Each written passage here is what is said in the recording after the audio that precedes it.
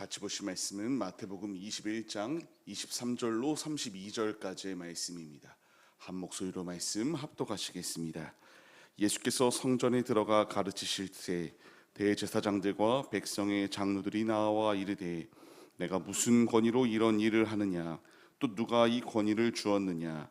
예수께서 대답하시되 나도 한 말을 너희에게 물으리니 너희가 대답하면 나도 무슨 권위로 이런 일을 하는지 이르리라. 요한의 세례가 어디로부터 왔느냐, 하늘로부터냐 사람으로부터냐. 그들이 서로 의논하여 이르되 만일 하늘로부터라 하면 어찌하여 그를 믿지 아니하였느냐 할 것이요, 만일 사람으로부터라 하면 모든 사람이 요한을 선지자로 여기니 백성이 무섭다 하여 예수께 대답하여 이르되 우리가 알지 못하노라 하니, 예수께서 이르시되 나도 무슨 권위로 이런 일을 하는지 너희에게 이르지 아니하리라. 그러나 너희 생각에는 어떠하냐?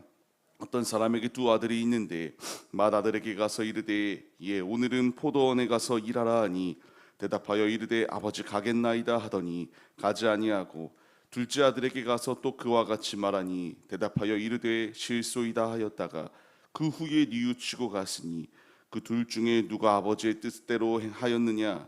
이르되 둘째 아들이니이다. 예수께서 그들에게 이르시되 내가 진실로 너희에게 이르노니 세리들과 창녀들이 너희보다 먼저 하나님의 나라에 들어가리라. 요한의 의의 도로 너희에게 왔거늘 너희는 그를 믿지 아니하였으되 세리와 창녀는 믿었으며 너희는 이것을 보고도 끝내 뉘우쳐 믿지 아니하였도다. 아멘. 할렐루야. 오늘도 예배 자리 가운데 모이신 성도님들 주님의 이름으로 환영하고 축복합니다. 같이 나눌 말씀의 제목은 아버지의 뜻을 행한다는 것은 이라는 말씀의 제목 가운데에서 은혜를 나누도록 하겠습니다. 우리가 삶을 살아가다 보면은 말과 행동이 불일치하는 경우들을 참 많이 보게 됩니다. 말로는 하겠습니다, 말로는 뭐든지 다 할 수 있습니다라고 말하지만 막상 이 앞에서 그 말대로 실현하고자 할 때에 그 뜻대로 이와 같이 행동하기보다는 전혀 다른 모습으로 행동을 하여 이 지시한 것들을 불이행하는 일들이 참 많습니다.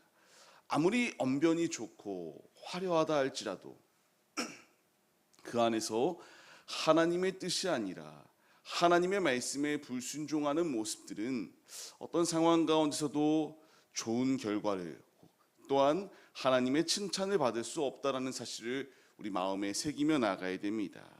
아버지께서 우리에게 원하시는 것은 아버지가 말씀하실 때에 자꾸만 토를 달고 할 수 없다, 불순종하며 불평하기보다는 우리가 말만 하고 하지 않는 것이 아니라 아버지께서 말씀하실 때에 순종하며 주님 앞에 나오길 원하고 계세요. 지금 이들의 앞에 놓여 있는 상황이 무엇인가요?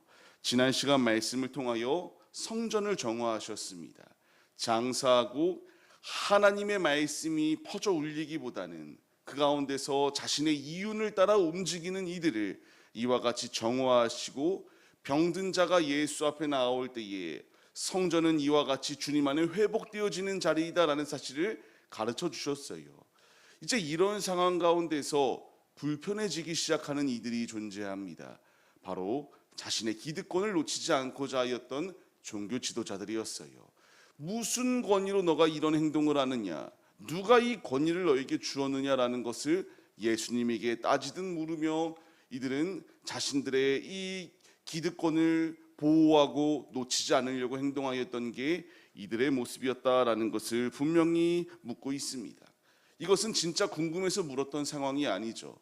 이미 이들은 바알세불을 힘입어 귀신을 내쫓는 자라고 예수님을 판정지었고요, 이들은 어떻게 해서든 죽일 방법을 모의하며 예수님이 자신들의 눈엣 가시로 여겨져서 예수님을 굉장히 미워하고 싫어하였고 저주하였던 게 이들의 모습이었습니다. 무슨 권위로 이런 행동을 하였는가 진정으로 궁금하였던 것이 아니라 네가 뭔데 지금 우리가 세워놓은 우리의 이 왕국을 너희가 이와 같이 파괴하려고 드느냐라고 예수님께 이와 같이 항변하는 자리가 이들의 모습이었다라는 것을 분명히 말씀하고 있습니다. 이때 예수님의 답은 무엇입니까? 너희들이 먼저 내 답을 하면 내가 어떤 권위로 이런 일을 하는지에 대하여 말하여 주겠다라고 이렇게 말합니다. 이 말을 들었을 때에 이들은 혼란해지기 시작해요.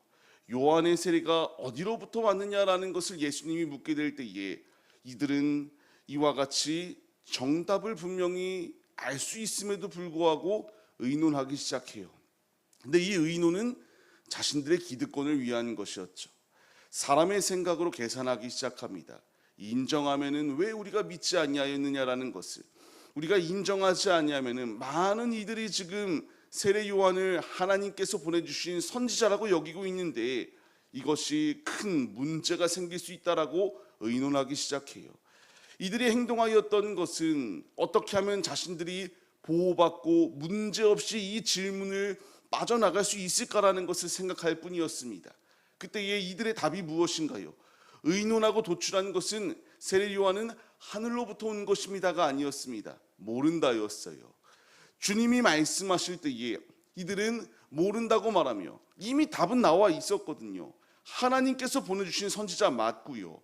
하나님의 이와 같이 예수님을 보내주실 때에 이 땅에 오실 길을 예비하는 준비하는 자로 광야에 외치는 소리가 바로 세례 요한이었습니다.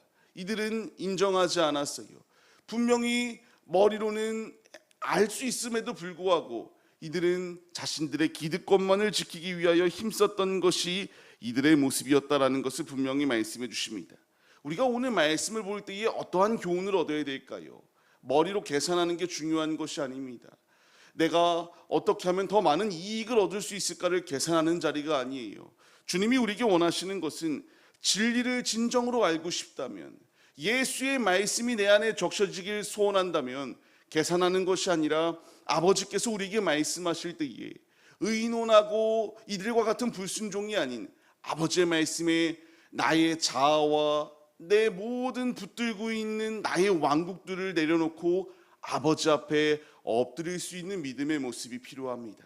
이들은 자신들이 세워놓은 이 모든 것들이 무너질까 두려워서 메시아가 오신다라고 분명히 예언의 말씀들이 있었음에도 불구하고 따르지 아니하며 자신들의 생각대로 이자는 바알세불을 힘입는 자다, 귀신을 힘입어 귀신을 내쫓는 자다라고 이렇게 말하며 자신들이 이게 정당하다라는 것을 외치고 싶었던 게 이들의 모습입니다.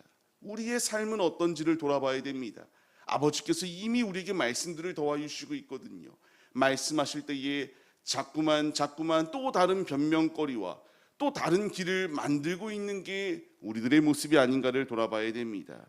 이제 이것을 이들에게 깨닫게 하시기 위하여 예수님께서 비유의 말씀을 전하여 주세요. 어떤 말씀이었습니까? 두 아들이 있었다. 두 아들에게 포도원에 가서 일하라고 말할 때에 한 첫째 아들은 무엇라 대답합니까? 이와 같이 가겠다라고 말합니다. 하지만 가지 않았다라는 게 핵심이에요. 분명히 주님께서 이와 같이 말씀하실 때에 따르겠다라고 말하였지만 따르지 아니하였던 이스라엘의 모습이 여실히 드러납니다. 그러나 둘째 아들에게도 말하였을 때에 싫다라고 말해요. 분명히 안 한다라고 말합니다. 중요한 것은 중앙글씨를 친 것처럼 그 후에 뉘우치고 갔다라고 말씀이 기록되어지고 있어요. 어떤 자가 진정으로 아버지의 뜻을 따르는 자느냐라는 것을 묻습니다. 둘째 아들이죠. 처음에는 싫다라고 부정하였으나 순종하여 뉘우치고 아버지께로 방향을 전환하여 아버지의 말씀을 성취하였던 둘째 아들이 아버지의 뜻을 따른 것이다라는 것을 이와 같이 깨닫게 하셨습니다. 이들 역시도 그렇기에 둘째 아들이 아버지의 뜻대로 행한 자입니다라는 것을 분명히 고백하고 있습니다. 주님께서 우리에게 어떤 것을 칭찬하시고 어떤 것을 책망하시는가를 분명히 분별할 줄 알아야 됩니다. 주께서 원하시는 것은 둘째 아들과 같이 떠났던 자들, 이런 자들이 주님 앞에 돌이키고 뉘우치고 다시 돌아왔던 이것을 칭찬하셨지, 아버지의 말씀에 끈질기게 불평하며 부정하는 것들을 칭찬하시지 않았으면 우리 마음에 새겨야 됩니다. 그렇다면은 둘째 아들과 같은 자들이 누구였습니까? 세리와 창녀들이 이와 같이 아버지의 말씀을 처음에는 부정하고 부인하였으나 그들이 아버지의 말씀에 순종할 때에 하나님 나라에 먼저 들어갈 것이다라고 말씀하세요. 우리는 이 말씀을 마음에 새겨야 됩니다. 구원의 문은 열려 있어요. 그 자리에 들어갈 수 있는 자는 말만 따르겠습니다라고 말하고 자신의 마음대로 행동하는 자가 들어가는 자리가 아닙니다.